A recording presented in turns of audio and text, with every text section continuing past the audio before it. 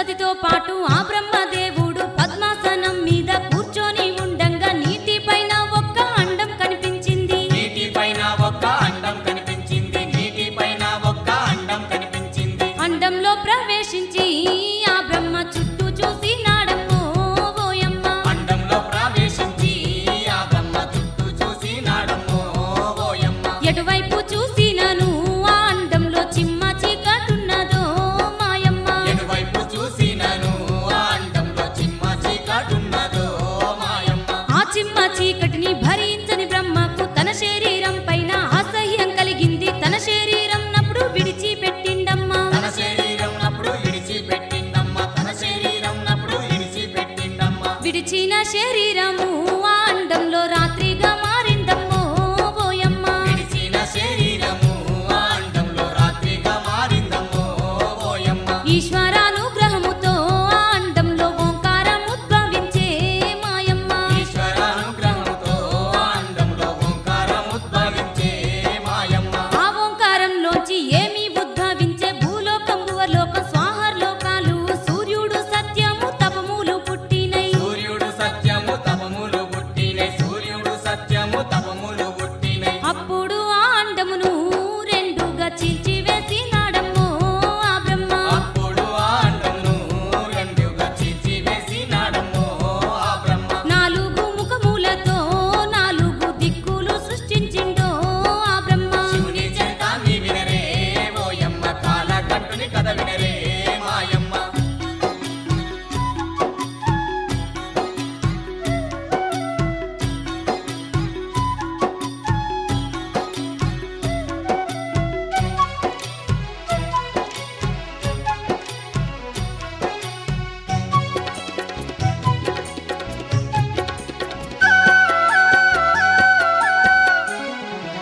గుడ్డుపై భాగము ఆకాశమయ్యింది. కింది భాగమైతే భూమిగా మారింది. నాలుగు వేదాలు సృష్టించినాడమ్మా. నాలుగు వేదాలు సృష్టించినాడమ్మ. నాలుగు వేదాలు సృష్టించినాడమ్మ. ఆ వెంటనే బ్రహ్మను ఈ సృష్టిని చేయనారంభించెను ఓయమ్మ. ఆ వెంటనే బ్రహ్మను ఈ సృష్టిని చేయనారంభించెను ఓయమ్మ. ముందుగా ఆ బ్రహ్మను ఈ భూమిపై ఎవరిని సృష్టించెను మాయమ్మ. ముందుగా బ్రహ్మను ఈ భూమిపై ఎవరిని సృష్టించెను మాయమ్మ. సనక సనందన సనత్ కుమారులు సనస్సు జాతుల ముందు పుట్టించాడు. ఆ జాతులంతా వీరాగులైనారు. ఆ జాతులంతా వీరాదులైనారు. ఆ జాతులంతా వీరాదులైనారు. ఈశ్వరానుగ్రహముకై వాళ్ళంతా తపస్సు చేయవట్టిరో ఓయమ్మ.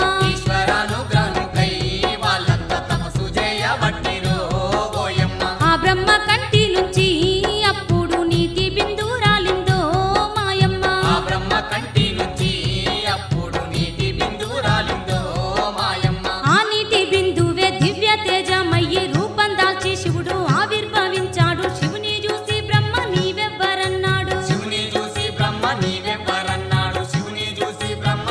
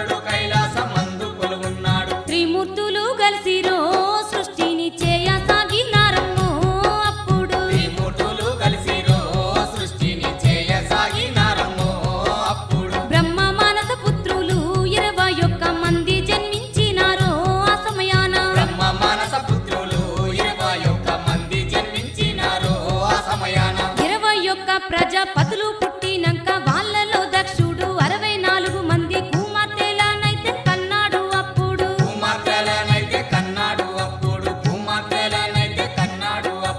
10 మంది బిడ్డలను ఆ దక్షుడు కశ్యపునికిచ్చి చేసే వివాహము. 10 మంది బిడ్డలను ఆ దక్షుడు కశ్యపునికిచ్చి చేసే వివాహము. కశ్యపుని భార్యలకు ఓయమ్మ ఎవరు జన్మించినారు మాయమ్మ. శివుని చరితాన్ని వినరే ఓయమ్మ, కాలకట్టుని కథ వినరే మాయమ్మ.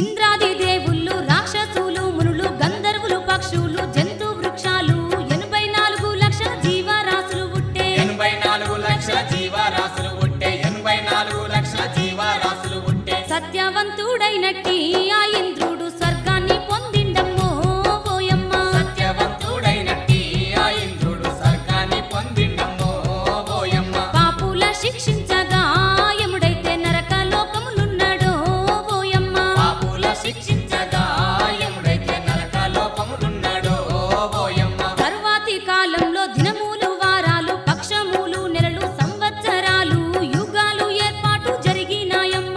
యుగాలు ఏర్పాటు జరిగినాయమ్మ. యుగాలు ఏర్పాటు జరిగినాయమ్మ. నవగ్రహాలు ఏర్పడే 12 రాశులు ఏర్పడ్డాయో ఓయమ్మ. నవగ్రహాలు ఏర్పడే 12 రాశులు ఏర్పడ్డాయో ఓయమ్మ. లోకమంతా సక్రమ ధర్మబద్ధం చేసిరి త్రిమూర్తులు ఓయమ్మ. లోకమంతా సక్రమ ధర్మబద్ధం చేసిరి త్రిమూర్తులు ఓయమ్మ. 84 లక్షల జీవరాశులతోని భువన భాండమంతా నిండిపోయిందమ్మ. కాలభ్రమణమైతే జరుగుతున్నదమ్మ. కాలభ్రమణమైతే జరుగుతున్నదమ్మ. కాలభ్రమణమైతే జరుగుతున్నదమ్మ. అలనాటి ఆదిశక్తి అమ్మవారు దక్ష ప్రజాపతికి బిడ్డగా జన్మించే. అలనాటి ఆదిశక్తి అమ్మవారు దక్ష ప్రజాపతికి బిడ్డగా జన్మించే. 64 మంది బిడ్డల్లో ఒకటిగా సతిదేవయ్యి జన్మించే ఓయమ్మ. కంటి దేవుడమ్మో ఆ ఈశ్వరుడు, ముల్లోక పూజ్యుడమ్మో ఆ శంకరుడు.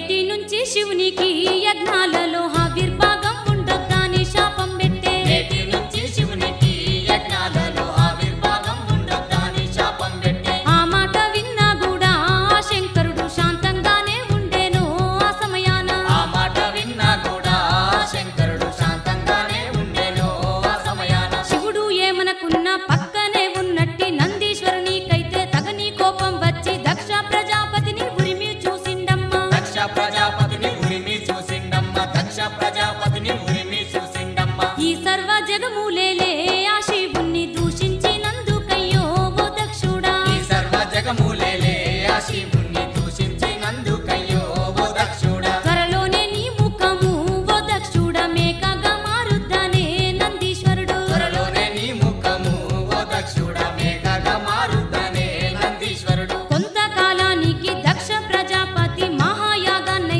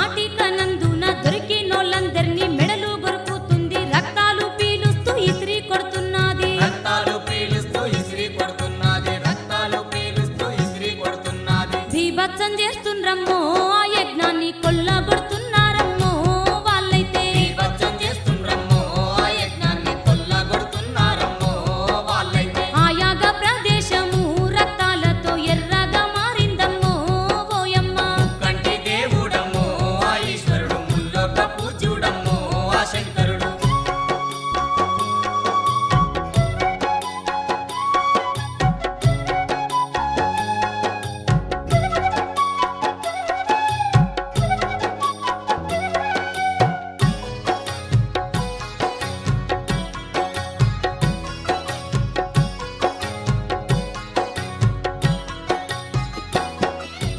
అంతలోన వీరభద్రుని కక్కడ దక్ష ప్రజాపతి దొరకనే దొరికిండు అది చూసి భద్రుడు గడగడ గాత పెట్టే అది చూసి భద్రుడు గడగడ గాథ పెట్టే అది చూసి భద్రుడు గడగడ గాథ పెట్టే ఒక్కటే వేటుతోని ఆ దక్షుని శిరస్సును నరికేసిండో వీరభద్రుడు ఒక్కటే వేటుతోని ఆ దక్షుని శిరస్సును నరికేసిండు ఆ భద్రుడు విలయ తాండవం చేస్తూ ఆ యజ్ఞంలో ఆ శిరస్సు విసిరేసిండో ఓయమ్మ విలయ తాండవం చేస్తూ ఆ యజ్ఞంలో ఆ శిరస్సు విసిరేసిండు ఓయమ్మ దేవుళ్ళంతా బ్రహ్మ విష్ణువును వేడంగా శివుని చెంతాకైతే వాళ్ళు చేరా వచ్చి పాహి మాం శంకర పాహి మామన్నారు పాహి మాం శంకర పాహి మామన్నారు పాహి మాం శంకర పాహి మామన్నారు శాంతించు ఓ శంకర నీ కోపాన్ని నిగ్రహించుమన్నారు బ్రహ్మ విష్ణు శాంతించు ఓ శంకర నీ కోపాన్ని నిగ్రహించుమన్నారు బ్రహ్మ విష్ణు నీ రౌద్ర రూపానికి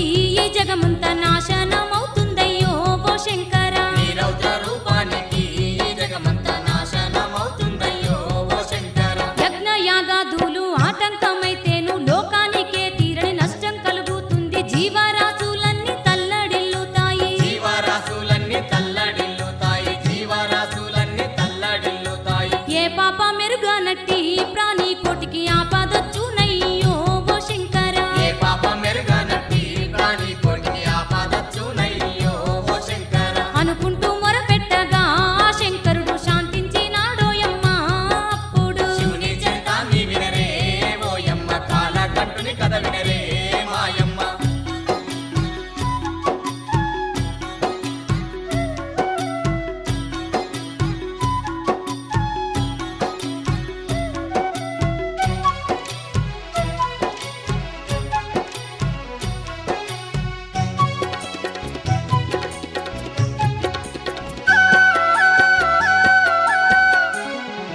వెంటనే శంకరుడు యజ్ఞ వాటికెళ్ళి భద్రకాళి వీరభద్రుల్ని పంపించి దక్షుని శిరస్సుకై వెతుకసాగిండమ్మా దక్షుని శిరస్సుకై వెతకసాగిండమ్మ దక్షుని శిరస్సుకై వెతకసాగిండమ్మ ఆ యజ్ఞ గుండమందు దక్షుని తల భస్మమైపోయిందమ్మో ఓయమ్మ ఆ యజ్ఞ గుండమందు దక్షుని తల భస్మమైపోయిందమ్మో ఓయమ్మ వెంటనే శంకరుడు తన గణములతో ఏమంటా ఉన్నాడమ్మో ఓయమ్మ వెంటనే శంకరుడు తన గణములతో ఏమంట ఉన్నాడమ్మో ఓయమ్మ ఉత్తరం దిక్కున తలవెట్టి పడుకున్న ఏ జీవి శిరసైన ఖండించి తెచ్చి దక్షుని మొండాని కతికించుమన్నాడు దక్షుని మొండాని కతికించుమన్నాడు దక్షుని మొండాని కతికించుమన్నాడు రుద్రగణములందరూ ఆ శిరస్సుకై బయలుదేరినారమ్మో ఓయమ్మ రుద్రగణములందరూ ఆ శిరస్సుకై బయలుదేరినారమ్మో ఓయమ్మ ఉత్తరం దిక్కున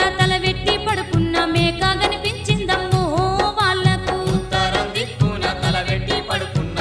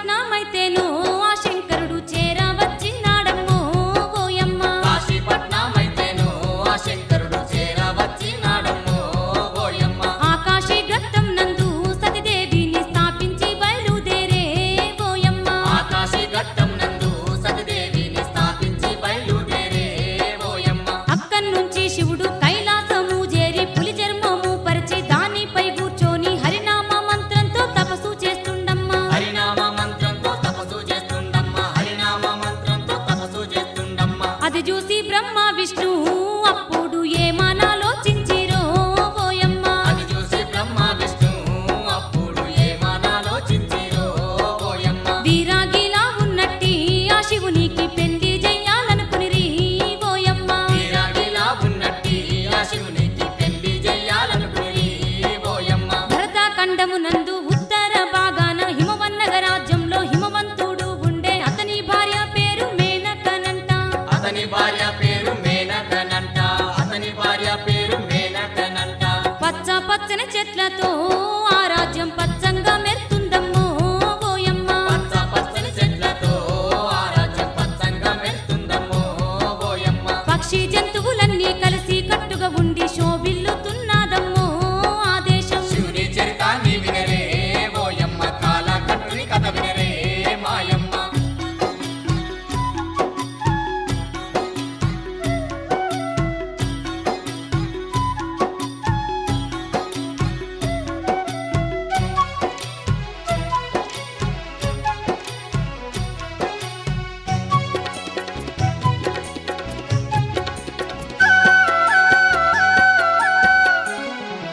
చెట్టు చేమలతోని పూల తోటలతోని చల్ల చల్లని పిల్ల గాలుల సవ్వడితో అందంగా ఆ నగరం మెరిసిపోతున్నది. అందంగా నగరం మెరిసిపోతున్నది. అందంగా నగరం మెరిసిపోతున్నది. ఆ నగరం వచ్చినారో బ్రహ్మ విష్ణు హిమవంతుణ్ణి కలిసిరో ఆ ఇద్దరు. ఆ నగరం వచ్చినారో బ్రహ్మ విష్ణు హిమవంతుణ్ణి కలిసిరో ఆ ఇద్దరు. ఆ పుణ్య దంపతులతో బ్రహ్మ విష్ణు ఏమంటా ఉన్నారమ్మో ఓయమ్మ. ఆ పుణ్య దంపతులతో బ్రహ్మ విష్ణు ఏమంటా ఉన్నారమ్మో ఓయమ్మ. సతిదేవి దహనంతో లోకాల శంకరుడు తీరని వేదనతో కుమిలిపోతున్నాడు. దేశ దిమ్మరి పోలే తిరుగుతున్నాడయ్యా. దేశదిమ్మరి ఓలే తిరుగుతున్నాడయ్యా. దేశదిమ్మరి ఓలే తిరుగుతున్నాడయ్యా. ఆ శివుని కోసమయ్యి మీరొక్క కార్యము చెయ్యాలయ్యో హిమవంత. ఆ శివుని కోసమయ్యి మీరొక్క కార్యము చెయ్యాలయ్యో హిమవంత.